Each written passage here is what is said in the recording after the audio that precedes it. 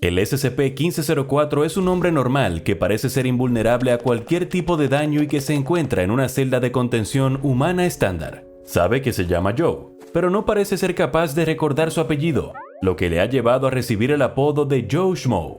Fue llevado sin incidentes a un centro de contención de SCP cercano para ser entrevistado y estudiado. A primera vista parece que es una de las entidades menos interesantes en la contención de SCP, pero este hombre aparentemente sin interés resultó ser un caso mucho más complicado de lo que nadie en la fundación esperaba. El Dr. Lloyd no esperaba una entrevista difícil cuando entró en la celda de contención para hablar con el SCP-1504. El hombre misterioso se mostró cooperativo, respondiendo a las preguntas aunque había algunas anomalías. Este hombre no solo no conocía su propio apellido, sino que tampoco sabía cuándo había nacido. A medida que avanzaba la entrevista, el Dr. Lloyd sufrió una hemorragia nasal espontánea y tuvo que abandonar brevemente la sala. El Dr. Lloyd volvió y la entrevista transcurrió sin problemas, hasta que preguntó a 1504 por el origen de su invulnerabilidad. El sujeto comenzó a llorar y se negó a hablar de ello, y fue liberado a su habitación. Allí empezaron los problemas.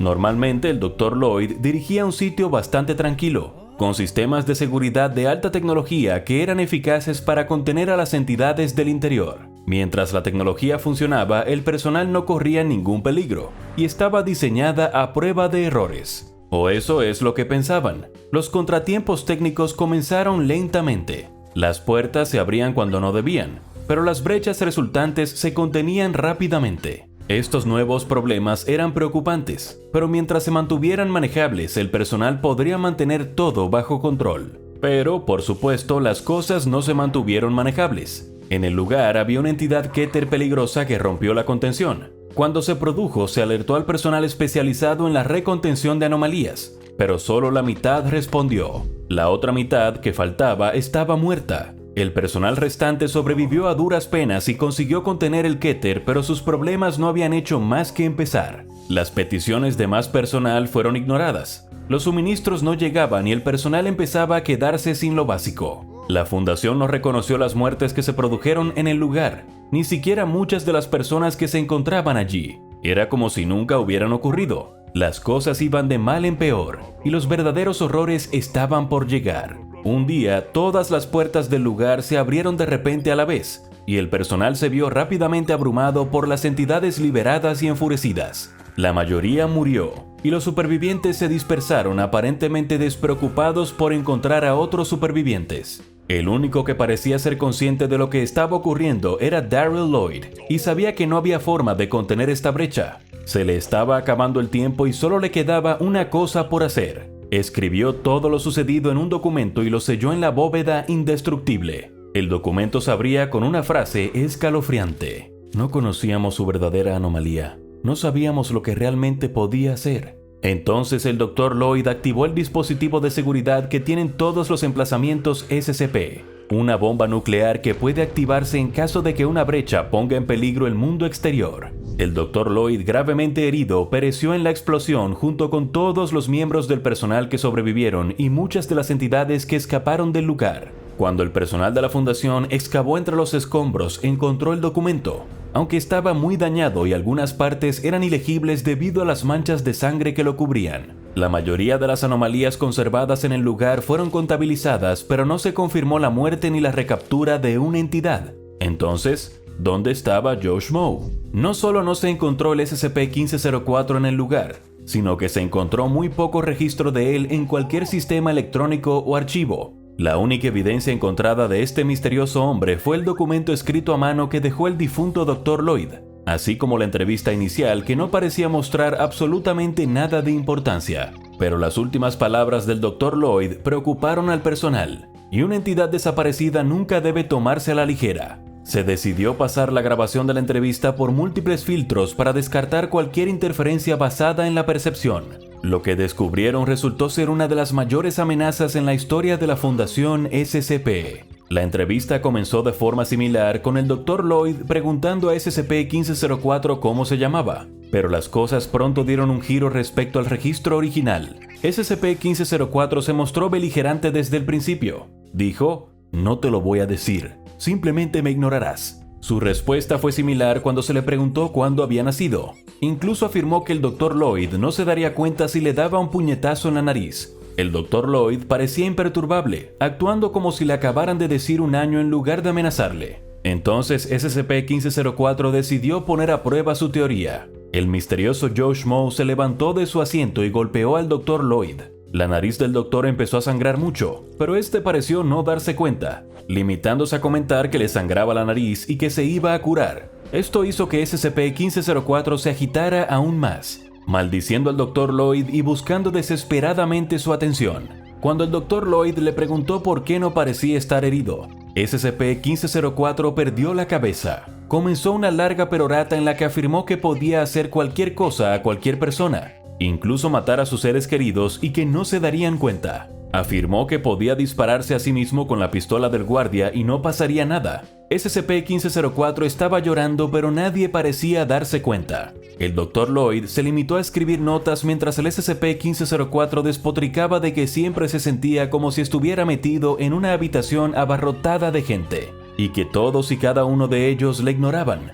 Expresó que deseaba morir, pero que aparentemente no podía hacerlo debido a la naturaleza de su anomalía. El Dr. Lloyd no pareció escuchar nada de esto, y en su lugar agradeció a SCP-1504 por cooperar con la entrevista y lo devolvió a su celda. Su percepción de la entrevista fue exactamente la misma que la entrevista inicial, completamente sin incidentes.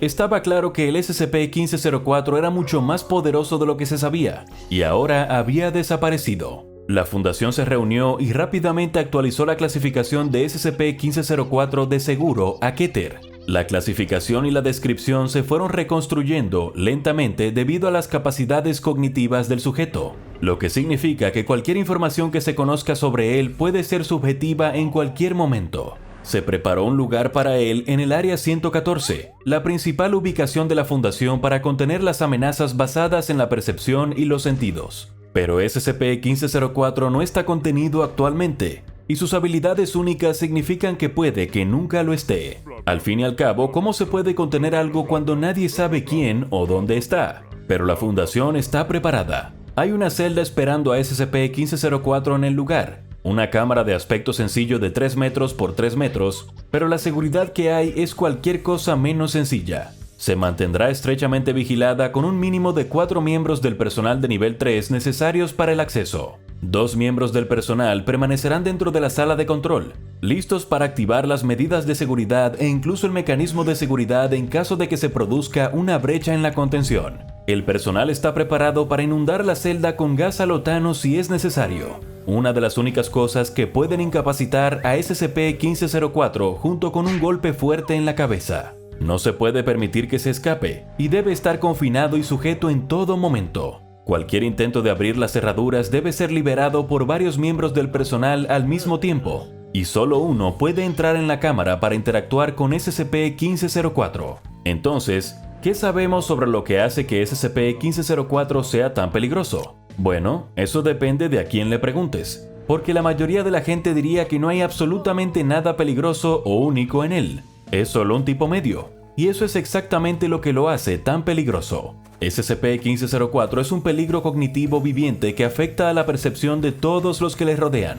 Haga lo que haga, lo percibirá como normal, tranquilo y olvidable. Y lo más probable es que cualquiera que le rodee olvide su existencia a los pocos segundos de conocerle. Pero esa no es su habilidad más peligrosa. Además de su peligro cognitivo y su aparente incapacidad para ser dañado más allá de una breve lesión, SCP-1504 tiene la capacidad de interferir con los sistemas electrónicos, lo que causó la catastrófica brecha en su sitio original. Todos los sistemas automáticos que le rodean empiezan a fallar, por lo que su celda privada en el Área 114 solo se cierra con cerraduras sencillas con combinaciones y llaves. Las pruebas sobre el alcance de sus poderes están en curso, y el sitio se encargará de asegurarse de que un fallo de contención total no vuelva a ocurrir. Aunque la Fundación pretende minimizar el contacto directo con él una vez capturado, todo el personal del Área 114 estará ya entrenado para resistir los cambios de percepción.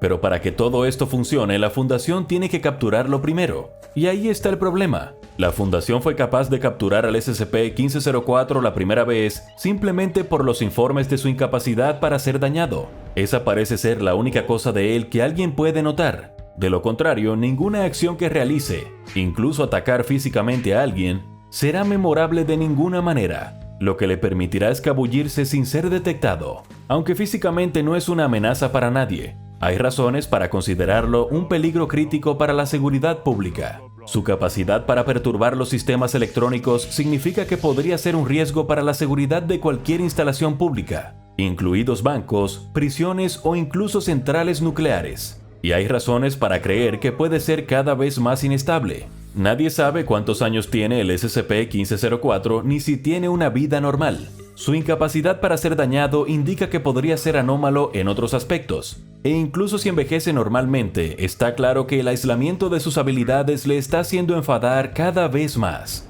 Parece estar cada vez más desesperado por hacerse notar por cualquier medio. De ahí su ataque al desafortunado Dr. Lloyd. Y ahora está en el mundo sin que nadie lo detecte. ¿Quién sabe cómo intentará hacerse famoso o infame a continuación? La Fundación ha hecho de la captura del SCP-1504 una de sus mayores prioridades.